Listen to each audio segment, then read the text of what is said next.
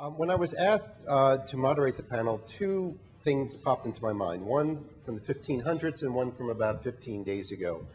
From the 1500s, what came into my mind was Machiavelli's famous or infamous, depending on your perspective, aphorism that it is better for a prince to be feared than to be loved. And 15 days ago, approximately, was when the Pew Global Attitude Survey came out, which really put some numbers to America's standing in the world, at least among the publics of the world. Germany, for instance, a U.S. ally, 30% of people there have a favorable impression of the U.S. In the UK, where we have a special relationship, it's a slight majority of 51%. In Turkey, which is, of course, a U.S. ally in the region, a key U.S. ally, only 9% of the public there say they have a favorable impression of the U.S. And all those numbers are down considerably in the last few years. So clearly, the U.S. is not loved in many parts of the world. That doesn't apply to everywhere. In Africa and certain parts of East Asia, people do have a favorable rating. But clearly, we are not loved, and perhaps we are feared, I don't know, in these parts of the world. But I think these two ideas sort of bookend the conversation I hope we have today, which is essentially, does the U.S. need to be better loved around the world, essentially, and perhaps a bit less feared? And if the answer is yes, how do we go about that? For most of human history, there was just one kind of power. It was hard power. We didn't call it hard power. It was just power. Then I guess about 15 years ago, Joseph Nye at Harvard put a name to a term that he says has existed for a while called soft power, which, as most people in this room know, employs public diplomacy, assistance, anything essentially other than the gun to make yourself better loved and perhaps better respected around the world. Recently in Washington, the latest term is smart power, which combines both hard and soft power. So the question is, what kind of power, which kind of power best serves U.S. interests? What are the tools at the disposal of any U.S. president, any U.S. administration? How do they go about using those tools, not only for altruistic reasons, but really to improve America's ability to get its way in the world and to improve U.S. security? So I think I would just start by maybe getting people's assessments of what you make of this Pew study, which showed a deepening of anti-American feelings among many countries, not necessarily a widening, but certainly a deepening of anti-American sentiment in countries like Turkey and our European allies. Do you make much of this, and is this something that American voters, American citizens should be concerned about? David? It hurts our feelings. I guess I'm reminded first, I was once leaving Camden Yards. With me, everything gets back to baseball. I was leaving Camden Yards, and I was in the parking lot going out after a baseball game, and there was a Yankee hat on the ground. And so one of the Orioles fans kicked the Yankee hat, and then somebody else kicked it, and then about 30 or 40 people surrounded the Yankee hat, all kicking it back and forth. If you're the Yankees, you're not going to be loved. I don't think we were loved, especially in the non-aligned bloc through the Cold War. We're not going to be loved being as big as we are, and we can't be the Sally Field of nations. You know, you really, really like me, because it's just not going to happen. We do have to be less hated, though, and the hatred of America, which you see, let alone in Europe, around the world, is a big problem. Now, the first two thoughts that come to my mind is how do we reduce the hatred? The first is obvious and simple, which is listening.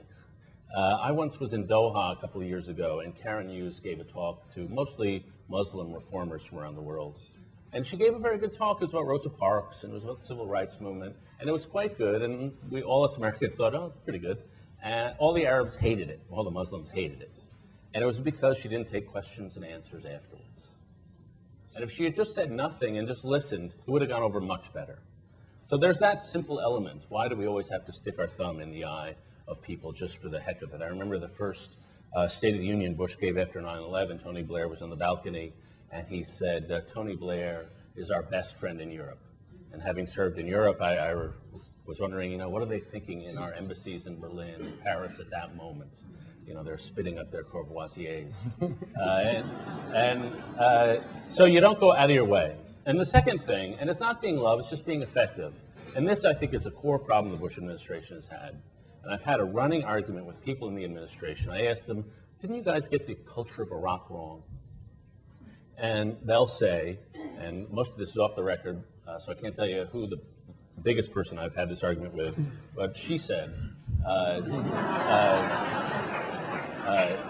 well, I don't really believe in this fuzzy stuff called culture. I believe you change institutions, you change the culture. And my conclusion is, you know, you try to spread Thomas Jefferson, but what you really need to spread is Benjamin Franklin. You can create Thomas Jefferson institutions if you've got a country that's structured the way Benjamin Franklin would like to see a country structured, with educational institutions, with community institutions, with forward-looking meritocratic attitudes. But you can't put Thomas Jefferson on countries that don't have Benjamin Franklin. And so I'd say the thing we need to do is not be political when we talk about the world in reform, but be communal and cultural. Talk about communal institutions such as schools that we can help build. We need to spread Benjamin Franklin's, which will be much less confrontational than spreading Thomas Jefferson. Thank you. Let's continue on that thread, Jerry. More Ben Franklin's, fewer Thomas Jeffersons. Is that what the U.S. needs? Well, I think that's about right. You know, what struck me about the Pew study was that the question that was, one of the questions that was asked was, do you view the U.S. as an ally or a threat? And 19 countries viewed the U.S. as the greatest ally of their homeland, and 17 said it's the greatest threat to my homeland. And they were the same countries. In some cases. But I mean, I guess to me the issue isn't so much whether you're loved or not. I certainly agree with David on that. But I don't think you want people to see you as a threat. And that's what's happened in the Islamic world. And that's the part of this that troubles me. I think a lot of it is predictable, and people often are looking for reasons to be unhappy with Americans. I don't think you want them to view the U.S. as a threat. And that's, in the Islamic world, and I lived in the Middle East for a while, so I worry about that probably more than other places. That's, I think, the danger, is that if you see the U.S. as a threat, not simply a country you don't necessarily love, I think that takes it to another level. And that's a level of concern. That struck me in the Pew survey. The attitudes in Latin America, which I think have turned south, and nobody here pays much attention to Latin America these days except for Hugo Chavez, but there's a spreading of that feeling in Latin America, which I think probably ought to get a little more attention than it does right now. You know, I've always had this sense, and I think most people who've been correspondents overseas have this sense that people are actually looking for reasons to like the United States, and they often want to. I had an unfortunate experience when I was in Iran once, in which I got thrown in jail for a week, and I was accused of being a spy. And anyway, it was all over after about a week, and they decided I wasn't a spy, or I wasn't a good enough spy to worry about. I don't know which it was. But so they released me, and I was walking to the gate of the prison, and I was blindfolded most of the time. And I took the blindfold off, and I turned to the guy who was walking me to the prison so I could look him in the eye. And he was a young Iranian who had been one of my interrogators, and he shook my hand, and he said, if I ever visit the United States, do you have a card so I can call you? And I thought, well, if there was ever a scene that showed the ambivalence that people feel toward the United States, that was pretty much it.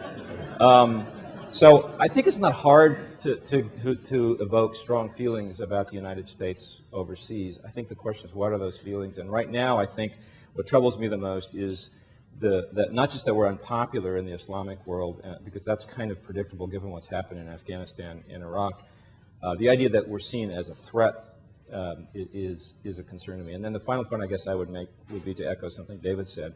I honestly don't think we understand the culture in Iraq.